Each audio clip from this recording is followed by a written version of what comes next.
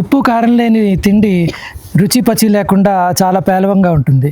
అయితే కారం అనగానే మనం గుర్తుకొచ్చేది మిరప. ఎర్రని మిరప కావచ్చు, పండు మిరప కావచ్చు, మిరపకాయ లేకుండా మన ఆహారమే ఉండదు. కొంతమందికి వంకాయ ఇష్టం ఉండొచ్చు, కొంతమందికి టమాటా ఇష్టం ఉండొచ్చు, కొంతమందికి అవి ఇష్టం కూడా ఉండకపోవచ్చు. కానీ మిరపకాయ లేకుండా వంటే ఉండదు. కానీ మన దేశంలో ప్రస్తుతము మిరప పంటలో అత్యధికంగా రసాయనాలు వాడుతుంటారు, పురుగుల మందులు వాడుతుంటారు. అది చాలా అనారోగ్యకరమైన ఒక పద్ధతిలో మిరప పంటని దేశం మొత్తం మీద పండిస్తున్నారు. అయితే ఈ ఈ సమస్యను ఎదుర్కొంటూ షాద్ నగర్లో ఉన్న రైతు ప్రయోగశాల బ్రహ్మయ్య గారు ఒక వినూత్నమైన ప్రయోగం చేపట్టారు. అది ముఖ్యంగా మిరప పంటలో రసాయనిక ఎరువులు, పురుగుల మందులు ఏ విధంగా తగ్గించవచ్చు, ప్రకృతికి అనుగుణంగా ప్రకృతికి సహజమైన పద్ధతుల్లో మిరపను ఎలా పండించవచ్చు అని ఒక ప్రయోగం నడుస్తున్నది ఇక్కడ. మానవలోకానికి స్వాగతం, మా నవలోకానికి స్వాగతం, మా లోకానికి స్వాగతం. బ్రహ్మయ్య గారు నమస్తే. మీరు మిరప పంట గురించి ఇంచుమించు 3-4 ఏళ్ల నుంచి చాలా విస్తృత స్థాయిలో పనిచేస్తున్నారు. పురుగుల మందులు వాడకం తగ్గించడము, తర్వాత ప్రకృతికి దగ్గరగా ఉండే విధంగా చేయడం, దాని గురించి మా ఛానల్ సభ్యులకి చెప్తారా? మిరపని వాస్తవంగా రసాయన వ్యవసాయంలో ఏకవార్షిక పంటల్లో మిరప పంటకు పెట్టినంత ఖర్చు వేరే ఏ ఇతర పంటకు పెట్టరు. దానికి మిరప అనేది కొంచెం సెన్సిటివ్ క్రాపు, పెస్ట్ కంట్రోల్లోను తర్వాత ఫంగల్ ఇన్ఫెక్షన్స్లోనూ మిరపకి అధికంగా వస్తుంది. వాటిని కాపాడటం కోసం 4 years బ్యాక్ ఒక 30-40 years నుంచి స్ప్రేయింగ్స్ పెంచుకుంటూ వస్తున్నారు. బట్ ఈ నల్లతామర పురుగు వచ్చిన తర్వాత మరీ 3 రోజులకి 4 రోజులకు కొట్టే పరిస్థితి వచ్చింది. అంతకుముందు ఒక 10-15 సంవత్సరాల క్రితం ఒక 10-12 స్ప్రేల్లో పంట వచ్చేది. అలాంటిది ఇప్పుడు 40 స్ప్రేల వరకు కొడుతున్నారు. అంటే అసలు దాని పంట కాలం ఎంత? 180 రోజులు అంటారు శాస్త్రవేత్తలు. ఏం చెబుతారు? విత్తనం కాడి నుంచి 180 నుంచి 190 రోజుల లోపల పంట అయిపోయింది అని చెబుతారు.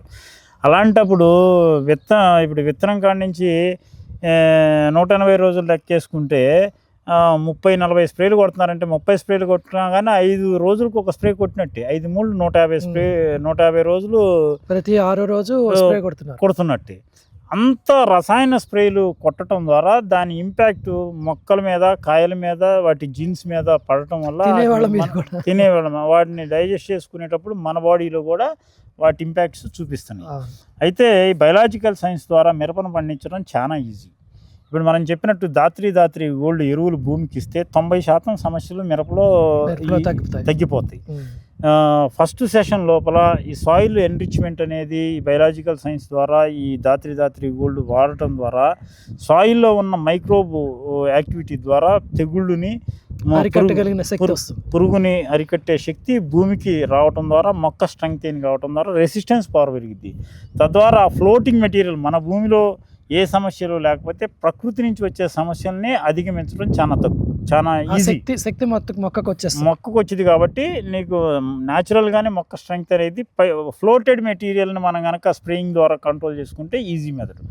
ఓవరాల్గా నువ్వు సాయిల్కి ఈ దాత్రి గోల్డ్ ఎరువులు ఇచ్చినట్లయితే ఇప్పుడు మిరపకి 30-40 స్ప్రేలు కొట్టే రసాయన ఎరువులు కొట్టే రైతులు ఎవరు అవుతున్నారో ఈ రోజు వరకు నువ్వు చేసే వ్యవసాయ భూమికి సేంద్రియం అంటే తెలియకపోయినా రేపు సీజన్కి నువ్వు ఈ సేంద్రియ ఎరువు వేస్తే కూడా దీని రిజల్ట్స్ అద్భుతంగా ఉంటాయి. ఇంతవరకు అసలు నీకు సేంద్రియం అంటే తెలియని రైతు కూడా ఎరువు తీసుకెళ్ళి వేసిన మరుసటి రోజు నుంచే దాని రిజల్ట్ చూపిస్తుంది. కొత్తగా ఈ సంవత్సరం వేయాలనుకునే రైతు కూడా ఇది అప్లై చేసి దీని ద్వారా నీకు 50% స్ప్రేయింగ్ ఖర్చు తగ్గించుకోవచ్చు. అంటే సేంద్రియం అంటే ఎప్పటి నుంచో సేంద్రియం చేసే వాడికే ఇది పనిచేసిద్దాం అనే ఆలోచన రైతులకు ఉంటుంది. అసలు ఈ సైన్స్ని ప్రమోట్ చేయటం, ఉత్పత్తి చేయటం రసాయన ఎరువులు వాడే రైతులను మార్చడం కోసమే. కాబట్టి ఇప్పటి వరకు అసలు ఈ సేంద్రియ ఎరువు అంటే తెలియని రైతు కూడా ఈరోజు మొదలుపెట్టి చేస్తే కూడా నీకు ఒక పంట కాలంలోనే రసాయన ఎరువుకి ఈక్వల్గా దిగుబడి తీసుకోవచ్చు, రసాయన ఎరువులు ఖర్చును తగ్గించవచ్చు, రసాయన స్ప్రేయింగ్ వాల్యూస్ని కూడా తగ్గించవచ్చు. ఇది ఇవ్వటం ద్వారా 90% ప్లాంట్ రెసిస్టెన్స్ వచ్చిందండి. అయితే ప్రకృతిలో వచ్చిన వైపరీత్యాల వల్ల కానీ, ప్రకృతిలో వచ్చిన మార్పుల వల్ల కానీ ఫ్లోటింగ్ మెటీరియల్ ఉంటుంది. ప్రపంచం మొత్తం మనం ఆపలేము. మన చేను వరకు మనం ఆపుకుంటాం, కానీ ప్రపంచంలో జరిగే ప్రతి విషయాన్ని మనం రెస్పాండ్ ఆపాలంటే మనం ఆపలేము. కాబట్టి మన చేలోకి వచ్చిన దాన్ని స్ప్రేయింగ్ ద్వారా కంట్రోల్ చేసుకోవచ్చు. భూమిని స్ట్రెంగ్తెన్ చేసుకోవడం ద్వారా 90% రైతు యొక్క పని భూమి చేసేస్తుంది, ఈ మైక్రోబ్స్ చేస్తాయి. 10% అడపాదడప బయలాజికల్ సైన్స్, ఆ స్ప్రేయింగ్ కూడా మళ్ళీ కెమికల్ కొట్టాల్సిన పని లేదు. ఈ బయలాజికల్ సైన్స్ ద్వారానే నీకు ఏ సమస్య ఉంది ఆ సమస్య మన ఆఫీస్ నెంబర్కి వాట్సాప్ ఫొటోస్ పెడితే ఆ సమస్య చూసి ఈ బయలాజికల్ సైన్స్ ద్వారా ఈ బ్యాక్టీరియాని ఈ ఫంగస్ను కొడితే సరిపోయింది. అలా నిన్నటిదాకా రసాయన వ్యవసాయంతో పంటలు పండుతాయి అని నమ్మిన రైతు కూడా సేంద్రియంలోకి వచ్చి దాత్రి గోల్డ్ ఎరువు భూమికి ఇచ్చినట్లయితే 5, 10, 15 స్ప్రేల లోపల పంటని సేంద్రియం పంటగా కన్వర్ట్ చేసి పండించి సక్సెస్ కావచ్చు. అదే దిగుబడి తీసుకోవచ్చు. ఇప్పుడు ఏమైనా చీడపీడలు ఏమైనా పడితే మీరు ఇప్పుడు సపోజ్ మీకు కొన్ని ఎగ్జాంపుల్స్ చీడపీడలు అంటే చిల్లీలో ప్రధానంగా సాయిల్ బేస్డ్ చీడపీడలకు వచ్చేసరికి వేరుకుళ్ళు, నారుకుళ్ళు, నారు పోసే దశలో నారుకుళ్ళు వస్తుంది. ఆ తర్వాత రీప్లాంటేషన్ చేసిన తర్వాత వేరుకుళ్ళు వస్తుంది. ఆ తర్వాత కొంత ఏజ్ కొంత ఒక మొక్క సస్టైన్ అయ్యి కొంచెం ఒక 4 కాయలు పడ్డ తర్వాత విల్ట్ వస్తుంది. అది దాటిన తర్వాత కొంత సమయం పోయిన తర్వాత కాయకుళ్ళు వస్తుంది, కొమ్మకుళ్ళు వస్తుంది. ఇలాంటి తెగుళ్ళన్నీ వస్తాయి. వీటికి బయలాజికల్ సైన్స్లో ట్రైకోడెర్మా, సూడోమోనాస్, బ్యాసిల్లస్ సబ్టిలస్, యాంప్లోమైసిస్ క్విస్కరాస్ అనే కొన్ని ఫంగస్లు, కొన్ని బ్యాక్టీరియాలు ఉన్నాయి. ఆ సమస్య మీరు ఫొటోస్ పెట్టినప్పుడు ఆ సమస్యకి ఏ బ్యాక్టీరియా, ఏ ఫంగస్ వాడితే తగ్గిద్దని అంటే 1 స్ప్రే 2 స్ప్రేలు కంట్రోల్ అయిపోతుంది. వాటి కాస్ట్ కూడా చాలా తక్కువ. ఇప్పుడు మన రైతు ప్రయోగశాలలో ఒక బ్యాక్టీరియాని, ఇప్పుడు సపోజ్ ట్రైకోడెర్మా ఉందనుకో, అది ఫంగస్, దాన్ని 250 రూపీస్కి ఇస్తాం. సూడోమోనాస్ ఉందనుకో, బ్యాక్టీరియా 150 రూపీస్. ఒకవేళ 2 కలిపి కొట్టమన్నా కానీ అది 250, ఇది ఒక 150, 400 రూపీస్లో నీకు సొల్యూషన్. అదే నువ్వు రసాయన సైన్స్లోకి పోతే ఈ ఫంగల్ ఇన్ఫెక్షన్స్కి 2000, 1800, 3000 ఛార్జ్ పడుతుంది ఒక స్ప్రేకి. మినిమం 1500 తక్కువగా ఏ ఫంగల్ డిసీజ్ కంట్రోల్ మెడిసిన్ లేదు. అంటే మీరు రైతులు వాళ్ళ పంటకు వచ్చిన పీడల్ని, చీడల్ని ఫోటో తీసి మీకు వాట్సాప్ పంపితే మీరు ఇమీడియట్గా వాళ్ళకి మనకి ఆఫీస్ ఉంటుందండి. ఆఫీస్లో 4 నంబర్లు ఉంటాయి. ఈ ఆఫీస్ నెంబర్స్కి వాట్సాప్ ఉంటుంది. 4 నంబర్స్కి మన staff morning 9 to evening 5 working hours. ఏ రైతైనా కానీ ఆ నంబర్స్కి వాట్సాప్లో వాళ్ళ పంట ఫొటోస్ పెడితే మా వాళ్ళు స్టాఫ్ చూసి నాకు ఇన్ఫామ్ చేస్తారు. నేను రోజు ఒక 2 hours 3 hours, మార్నింగ్ ఒక 2 hours, సాయంత్రం ఒక 2 hours ఆఫీస్లో స్పెండ్ చేస్తాను. ఆ టైంలో ఈ ఫొటోస్ అన్ని సజెషన్స్ చూపిస్తే నేను ఈ పంటకి ఇది, ఈ పంటకి ఇది మా వాళ్ళకి చెప్తే మా వాళ్ళు దాన్ని కోర్స్ ప్రకారం రాసి ఫార్మర్కి గైడ్ చేస్తారు. అతనికి ఇంట్రెస్ట్ ఉంటే ఆర్డర్ పెట్టుకోమంటారు. ఆర్డర్ పెట్టుకుంటే మనం పంపిస్తాం. ఆ స్ప్రేయింగ్స్ చేసిన తర్వాత ఆ సమస్యను బట్టి ఎన్ని స్ప్రేలు కొట్టాలనేది చెబుతాం. చిన్న సమస్య అయితే 1 స్ప్రేతో సింగిల్ స్ప్రేలో సొల్యూషన్ ఉంటుంది. అది దీర్ఘకాలిక సమస్య అయితే కనుక దీర్ఘకాలికంగా దాన్ని కంట్రోల్ చేయాల్సిన అవసరం ఉంటుంది. అప్పుడు 2-3 స్ప్రేలు చెబుతాం. అలా 1-2 స్ప్రేలు అయిన తర్వాత మేము ఎప్పుడు చెప్తామో ఇన్ని రోజుల తర్వాత ఆ ఫోటో సెషన్స్, దాని రిజల్ట్ అనేది మనకి ఎన్ని రోజులకు మాకు తెలుస్తుంది. అన్ని రోజుల తర్వాత మళ్ళీ ఫోటో పెట్టాం.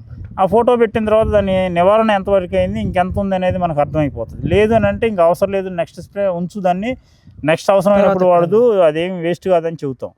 తప్పలేదు ఇంకా 10%, 20% రిమైనింగ్ కనపడుతుందంటే ఆ స్ప్రే కూడా కొట్టమని చెబుతాం.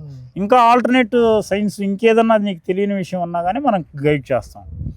అలా ఉంటుంది. ఈ రకంగా మనం మిరప పంటలో వీలైనంత కొత్త దిశలోకి మీరు రైతులను నడుపుతున్నందుకు చాలా ఆనందంగా ఉందండి.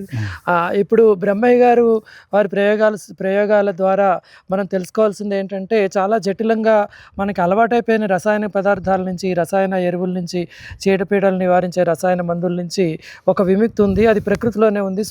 సూక్ష్మక్రిముల ద్వారా ఆ సమాధానం మన దగ్గర ఉన్నదని ఇంచుమించు 3 ఏళ్ల నుంచి చాలామంది రైతులు బ్రహ్మయ్య గారిని అనుసరిస్తున్న వాళ్ళ అనుభవం ద్వారా తెలుస్తున్నది. ఎవరైనా కూడా రసాయన ఎరువులను నియంత్రించుకుని ప్రకృతి వైపు మళ్లించాలంటే ఒక మార్గం ఉందని తెలుసుకోవడం కోసం బ్రహ్మయ్య గారితో జరిపిన చర్చ చాలా ఉపయోగపడుతున్నది. చాలా ధన్యవాదాలండి. సేంద్రియ వ్యవసాయం, బయలాజికల్ సైన్స్ అనేది చిన్న సన్నకారు రైతులకి కల్పవృక్షం లాంటిది. ఈ సైన్స్ని అర్థం చేసుకొని ఈ సైన్స్ని ఫస్ట్ 1-2 సంవత్సరాలు ఈ సైన్స్ యొక్క ముఖ చిత్రం అర్థం చేసుకోవడానికి టైం పట్టినప్పటికీ ఈ సైన్స్ ద్వారా పంట పండించడం, ఆ ఎక్స్పీరియన్స్, ఆ నాలెడ్జ్ వచ్చిన తర్వాత జీవితకాలానికి ఇది ఒక విద్య లాంటిది. మనం రసాయన ఎరువులో కొన్ని వేల ఫార్ములేషన్స్ చూస్తున్నాం. ఈ సంవత్సరం వచ్చిన మందు నెక్స్ట్ ఇయర్ ఉండదు, నెక్స్ట్ ఇయర్ వచ్చే మందు ఆ నెక్స్ట్ ఇయర్ ఉండదు. ప్రతి సంవత్సరం ఫార్ములేషన్స్ మారుతుంటాయి. అలాంటి మందులు నువ్వు ఎన్ని సంవత్సరాలు వ్యవసాయం చేసినా నీకంటూ స్పెషల్ ఎక్స్పీరియన్స్ అనేది ఏమీ ఉండదు. అదే బయలాజికల్ సైన్స్లో ఒక సూక్ష్మజీవి ఒక పనికి ఉపయోగపడుతుంది అంటే అది 100 ఏళ్ళైనా, 200 ఏళ్ళైనా, 1,00,000 సంవత్సరాలైనా ఆ సూక్ష్మజీవి పనే చేస్తుంది. ఆ సమస్య ఏ పంటలో వచ్చినా, ఎన్ని సంవత్సరాల తర్వాత వచ్చినా ఆ సూక్ష్మజీవిని స్ప్రే చేసినప్పుడు ఆ సమస్యను కంట్రోల్ చేసుకోవచ్చు. ప్రతి కొత్త సమస్యకి కొత్త సూక్ష్మజీవి బయలాజికల్ సైన్స్లో ఉండదు. ఒక సూక్ష్మజీవి ఒక పని చేస్తానంటే thousands of years ఆ సూక్ష్మజీవి అదే పని చేస్తుంది. కాబట్టి బయలాజికల్ సైన్స్లో ఉన్న మూల సూత్రాలను తెలుసుకున్నట్లయితే ఇప్పుడు నత్రజని బ్యాక్టీరియా ఉందంటే, నత్రజని ఇచ్చే బ్యాక్టీరియా ఉందంటే ఆ బ్యాక్టీరియా 100 years అయినా అదే పని చేస్తుంటుంది. ఒకసారి నీకు నత్రజని బ్యాక్టీరియా వస్తే నీ చేలో వచ్చిన బలము, దాని యొక్క క్వాలిటీ నీకు అర్థమైనప్పుడు ఎవ్రీ ఇయర్ ఆ నత్రజని బ్యాక్టీరియాతో పని చేసుకోవచ్చు. కొత్త సైన్స్ తెలుసుకోవాల్సిన అవసరం లేదు. ఇలాంటి చాలా నిగూఢమైన వ్యవసాయ సూత్రాలన్నీ బయలాజికల్ సైన్స్లో ఉన్నాయి. కాబట్టి అభివృద్ధి పదం వైపు, ఆరోగ్య పదం వైపు నడవాలనుకునే ప్రతి రైతు ఈ బయలాజికల్ సైన్స్ వైపు మొగ్గు చూపాలి. అందులోనూ చిన్న సన్నకారు రైతులు ఎవరికైతే ఈ రోజున్న రసాయన ఎరువుల్లో లేకపోతే సేంద్రియ వ్యవసాయంలోనైనా నాకు వ్యవసాయం గిట్టుబాటు కావట్లేదు అనే రైతులకి ఇది ఒక దిక్సూచి లాంటిది బయలాజికల్ సైన్స్ అనేది. కాబట్టి ప్రతి ఒక్క రైతు ఈ బయలాజికల్ సైన్స్ మీద ఆసక్తి పెంచుకొని దీన్ని ఆచరించడానికి ప్రయత్నించి విజయం సాధించాలని కోరుకుంటున్నాను.